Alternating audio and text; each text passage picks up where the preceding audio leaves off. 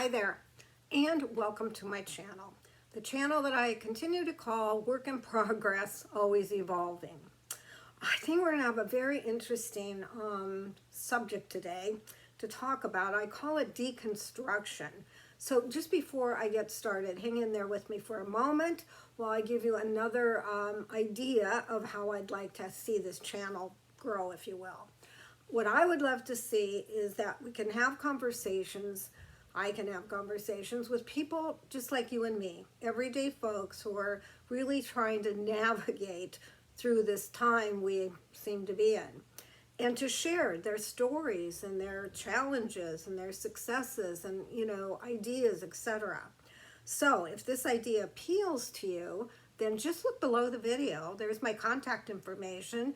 Click on it, give me a holler, and let's see if we can't have some conversation started. Okie doke. So, give you a little teaser. Doubt that it was a teaser, but I'll call it that. Of what I want to talk about today, and I'm calling it deconstruction. So I don't know about you, but I can see for me during quite a bit of time on my path, I've thought about any time that awakening is spoken about, or our now moments, etc., evolving. I would think of it as kind of having something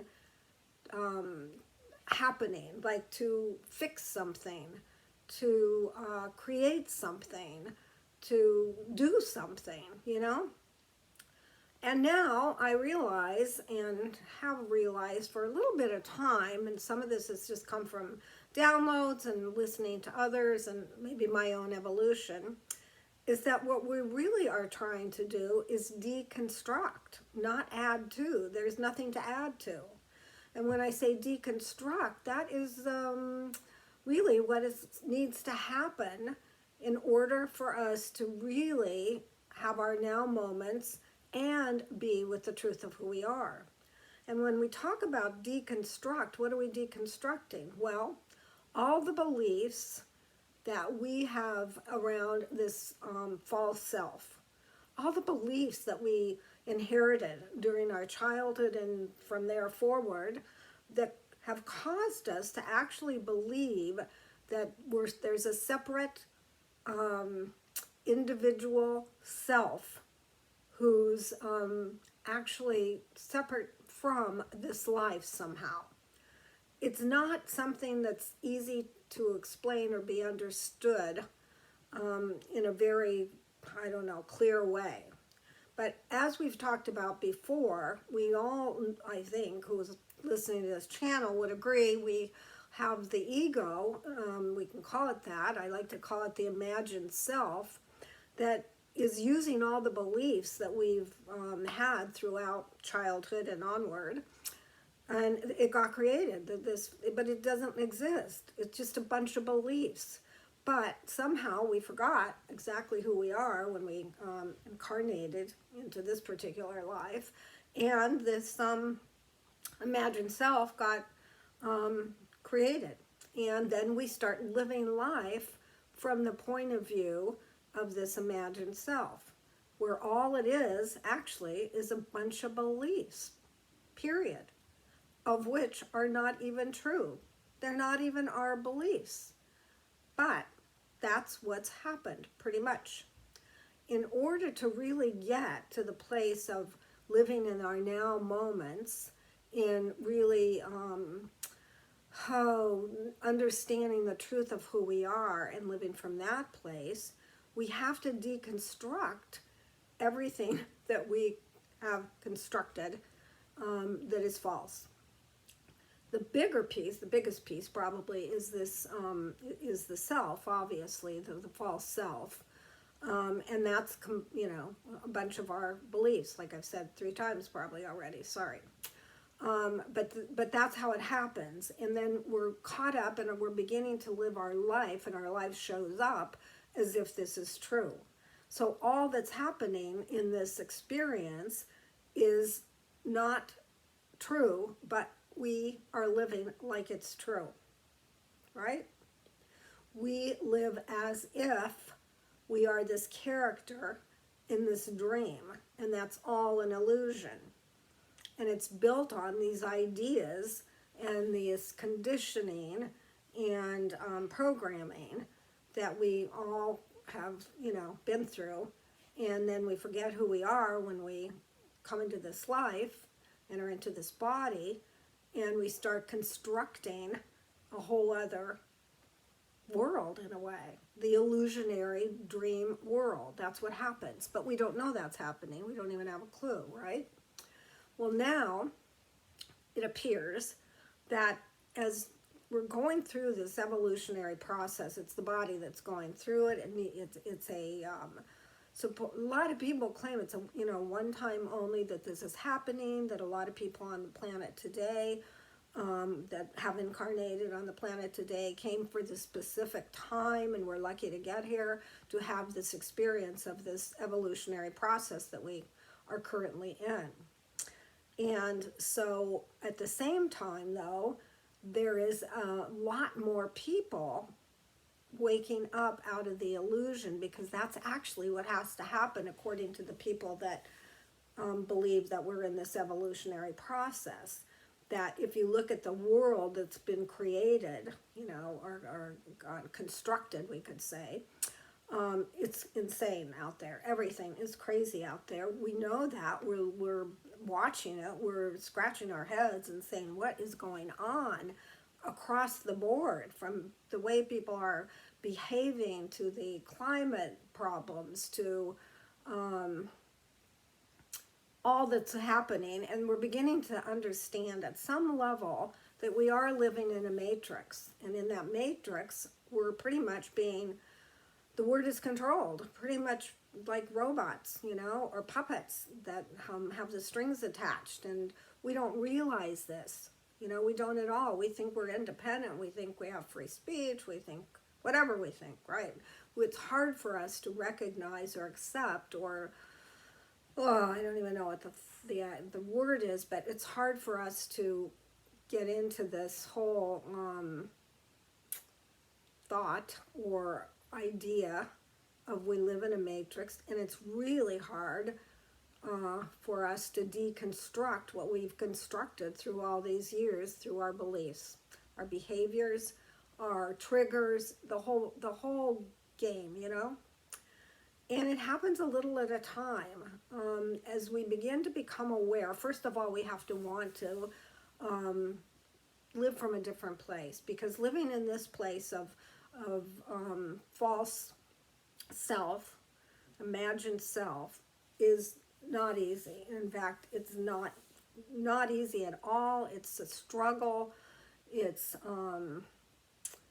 very challenging. It's difficult on so many levels. Yet we don't realize what's really going on, and that even makes it more crazy, right? So first of all, we have to really have a attitude, I think it would be called, or an intention to move beyond this insanity. But that doesn't cause us to figure out how to fix it or change it. All that we're really needing to do, when I say all that, this is not easy, it's not a walk in the park, is to deconstruct what we have constructed, which is imaginary. And that won't happen unless we become aware of all these patterns that we have that are creating this life that we're living, that makes us feel separate from one another, and it's just a whole dream and an illusion. And as long as we keep constructing from our beliefs and our challenges and whatever else, then we're caught, we're stuck in this loop, and we are part of the matrix. So I'm not trying to shift anybody's thinking in terms of, is there a matrix or not? I'm not of that mindset whatsoever. I'm just sharing how I have begun to understand this, and maybe some of you will resonate with this idea. I don't know. If you do, I'd love to hear from you. Give me a comment or send me a message through Facebook or through my contact information below the video. So, if at all you're resonating with this, then let me speak from that point of view and how that's been working for me. So I have made an intention for sure to become aware of my patterns, of my triggers, and of my reactions and behaviors, to discover, where did this start? How has this happened? And to kind of step out of the game, in a way, step out of the struggle and the the struggle. I guess it's step out of the struggle and the pain, the emotional pain and the difficulty of living a life in this, illusion. Yeah. Once you can, at least this is what's happened for me, is once I could actually make the intention that I wanted to become aware of why I do certain things, what patterns do I repeat, what triggers do I have. So in other words, when something happens outside of me and I get triggered, I need to look at that right then. And when I say look at it, it's just an inside job. It's just to kind of question, become curious. Where is this emotion or this fear or whatever showing up coming from? What is this about? So I'll give you an example that just happened recently. As you know, at least for now, before I start into a talk about whatever I'm going to talk about, I'm asking for people to have a conversation with me. Everyday people have a conversation with me about their journey and share our stories, because I believe that'll help others, and I believe it'll show how we're much more alike than not alike. So you've heard this if you listened to the beginning, and I usually do it again at the end, because I really want to see if I can make this happen. Well, I did have somebody just yesterday, I think it was, reach out and said he would be interested in speaking with me and in having a conversation. So we kind of had to get into some logistics where I said I wanted to first have just a quick conversation with him on Zoom, not record it, but just kind of get a sense of who he is and, a direction that maybe we want to take when we actually record. No script or anything, and it's not really an interview, it's just a conversation, but I wanted to meet with him first, and that wasn't going to be a problem. However, I am not a techie. My mind doesn't work that way. So even though I've used Zoom, I've been on Zoom talks, I have a Zoom, whatever they call it, membership, I don't know what it is, and I have at times, been the creator of the Zoom talk that I'd be having with someone, but not for a long time.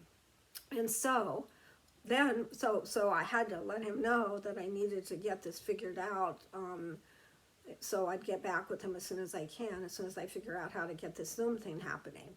Well, what this all triggered inside of me, this is before I even had the conversation with him, right? I mean, we were texting or messaging, I guess, on Facebook. So before even that, I started to get this really uncomfortable feeling that triggered, and so I go back to what's going on, and it triggered this whole thing that I have around, it's like test anxiety. Now you may say, well, what does test anxiety have to do with a Zoom call? Well, a lot, for me, just for me, because when it comes to something where I feel it's a test, where I feel I'm not intuitive at all when it comes to this tech stuff. I wouldn't say at all. I have some times in some cases where I'm more intuitive than others, but in the truth of the thing, or in more time than not, that's what I want to say. I'm just not intuitive in technology things, techie things. And because I'm a person that really mostly works from my intuition in what I'm doing or where I'm headed or that type of thing, not having this intuition, like in school with math or period, school didn't work for me, I've said it 100 times, that I get this anxiety because I'm feeling I'm gonna fail, and I have this test I need to pass, and I make all this up, right? And I also feel I lose value because I should be able to do this Zoom, and why didn't I prepare it before? And all this crap comes to mind, but I became very aware of the trigger. And so once I become aware of that trigger, and I can go back into what I've constructed around this idea of, in this case, technology, then that allows me to kind of reframe it a bit, or to recognize, when I can recognize what's going on, it loses some of its intensity, right? And that's what has happened. So it's still, an issue. But I was very honest with him and said, I'll need to get back with you. Hopefully he hangs in there, and it's not going to be too long before I can get back with him and figuring this out. Luckily, my husband, who's I call him my tech support, but the truth is he's way techier than me, which isn't saying a lot because he's not totally onto the tech wagon. He's not an engineer or that type, but he's way better at figuring this stuff out, and he doesn't get as crazed as I do around this whole idea. So hopefully between the two of us, we'll figure this out pretty quickly. But the point is, I'm telling you how I got triggered and got into a whole dialogue with myself, and brought up all my old beliefs and the what I was told as in childhood, how I when I couldn't do the things like schoolwork, math in particular, probably other things. Oh, biology, that was terrible. Anyway, when I couldn't do or failed or did poorly at those things, part of my mother's emotional abuse to me was to basically tell me something was wrong with me, that I was pretty much stupid. And so that's a wound that shows up, and I've worked with this on so many levels that on one level I think, why does this keep coming up? Well, it keeps coming up because I haven't completely dealt with it. And in another way, I can look at it like this is a perfect situation that is showing up, that is going to allow me, hopefully, to deconstruct this thing that I've constructed around this technology. It's not going to change me. I'm not going to become a techie, and I'm not comfortable with technology, but I could let go of the pattern and the triggering and the negative energy around it. So I hope that makes some sense. I found it interesting how this whole thing has played out, and we'll see how this goes this afternoon. My husband and I are going to kind of check out what's up with our Zoom account, and I have a Zoom account, yeah, and I've done some Zoom talks, but again, that was they were off and on, and nothing's remembered about it, and so forth. So something as simple as that needs to be deconstructed. Obviously, there's a lot bigger things that need to be deconstructed from us to be able to get to the place we want to get to, which is, releasing, no longer having the imaginary separate self, and then coming strictly from the truth of who we are and experiencing life in that way. Now, I'm not there yet, but I have moments. And as people speak about it, there's something that resonates inside of me. Maybe it's like we get a kind of memory starts coming back of, oh yeah, that's right, that's who I am, or that's what the game is about. There's like something starts to allow me to be more open to that idea, or somehow I can seem to better grasp it, right? So I thought it was important, though, to really, more than anything, maybe what I want my message to be, is that we're not trying to get better. This isn't a how to get better, how to improve, how to do something better, get something, but it's not anything of the how to get anything. It's how to not get things and how to deconstruct so that we can get back to the truth of who we are. And it is a process, and I think it can take a very long time in some cases, or maybe certain things take longer, but you can move more toward the idea of deconstructing certain things. What do they call, like reverse technology? Maybe it's like that. Is that the word they use? I don't know. Reverse engineering. That's what I'm thinking. Reverse engineering, where people go back to try to figure out what put this together. I think it's like that. Reverse engineering. That's about as technical as I get. So it's first just get this idea in mind. Just start to really sit with it. Just sit with it, not from the mind. Don't try to figure this out from the mind, because it won't. But from an inner place. An inner place, because that's where your inner knowing is. And that's where you can begin to maybe get a little inkling, a trigger of how this all got constructed. Let me take a drink here.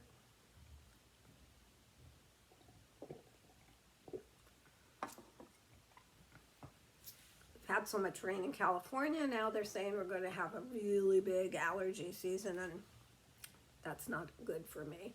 But that's part of my deconstruction, right? So nothing can be taken as the absolute truth, because there is no absolute truth that we cannot grasp, right? But we can take it as an approach to where we want to get to.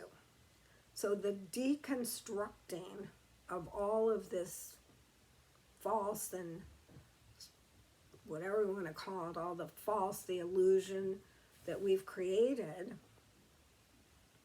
once we can begin, even, I believe it's like this. You begin to get, it's like if you pull the thread, on a yarn or something, it starts to just unravel. And I truly found for me that as I begin to pull these threads on whatever is coming up for me in the moment that I've want to deconstruct, as I begin to pull that thread, I begin to see more clearly, more easily, more often where this deconstruction needs to happen. And I'm able then to go within, and it kind of shows up in an easier way, not struggling so much with it. But you got to start pulling the thread, right? Just start pulling the thread with this whole deconstruction in mind, and without the to do or how to do, because there is no how to do. It's just letting go of your particular patterns. Our patterns are unique to ourselves, right? I mean, some patterns or many patterns are kind of the same in the way that they're patterns, but they're unique into our own particular experience and creation that we've done of this imagined life, this imagined self. So, I hope that makes sense. When I think about the things I want to talk about, it makes total sense in my mind or wherever I think about this. And then when I'm actually trying to put it out there, it's just not so easy sometimes, most times, to know if what I'm saying makes sense. So that'd be great. Let me know. If it doesn't make sense, let me know. If it did make sense, let me know. Leave a comment below. I would love to have you do that. So I think that's about all I want to say on this particular day. I mean, this is a big subject, so maybe I'm going to do part 1, part 2. We'll see what comes up in between videos. Usually what I'm trying to do is I have videos scheduled out, and I publish a video every other day. So that gives me time in between. Because I think 2 weeks ahead of myself now, I don't have to do every other day, so that I'm actually recording. So we'll see how that goes. I don't even think what I said just now made any sense, but oh well, we're trying. So, first of all, if this video had any interest to you, please click like, and also please subscribe to my channel. You know, I think it's going to get more and more interesting, right?